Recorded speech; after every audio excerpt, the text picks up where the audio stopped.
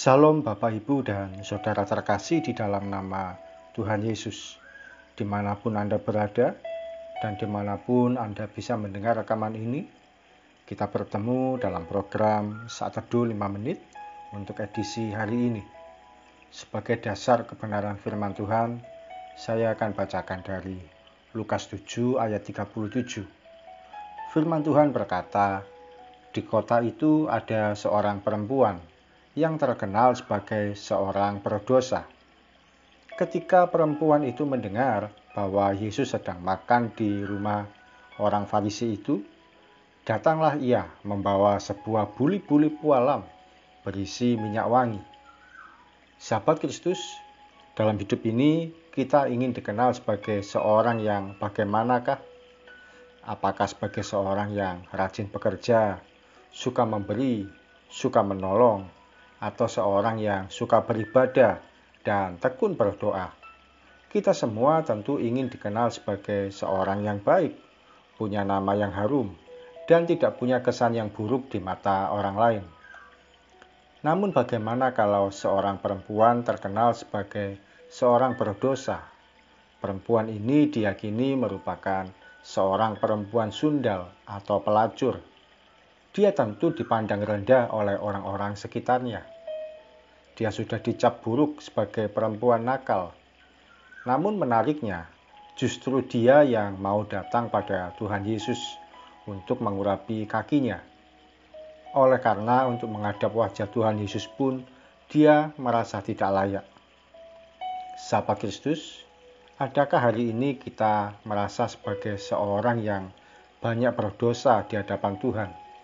Sudah terlalu sering menyakiti hati Tuhan, berkali-kali bertobat, lalu jatuh lagi, sampai kita sendiri lelah dengan tindakan kita.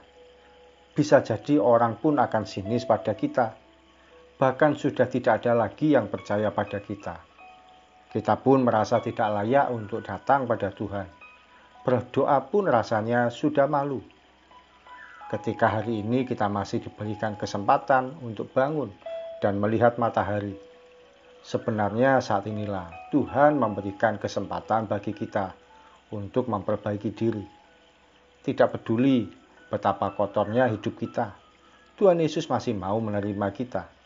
Hidup kita pun diubahkan dari seorang yang terkenal berdosa menjadi seorang yang dipulihkan sepenuhnya. Mari kita berdoa.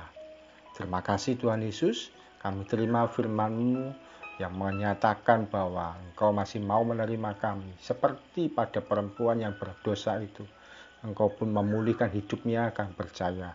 Tuhan Yesus juga berkenan memulihkan hidup kami, melayakkan kami, membuat kami berharga di hadapan Tuhan. Terima kasih Tuhan, Kau masih mau menerima kami yang kotor, yang berdosa, yang jahat, yang jelek ini.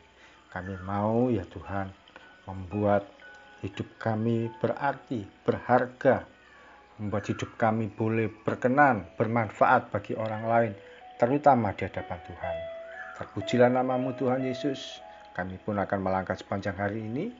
Kami percaya berkat Tuhan tersedia bagi kami. Pemeliharaan Tuhan tidak berhenti bagi kami. Dalam nama Tuhan Yesus kami berdoa dan mengucap syukur. Amin. Sahabat Kristus, Tuhan tidak pernah punya jadwal untuk melihat masa lalu kita. Dia lebih suka membuka agenda kita hari ini dan menyiapkan rencana yang indah bagi masa depan kita. Salam dari saya, Pendeta Oki Raharjo dari Mitspa Ministry. Tetap setia sampai garis akhir. Tuhan Yesus memberkati.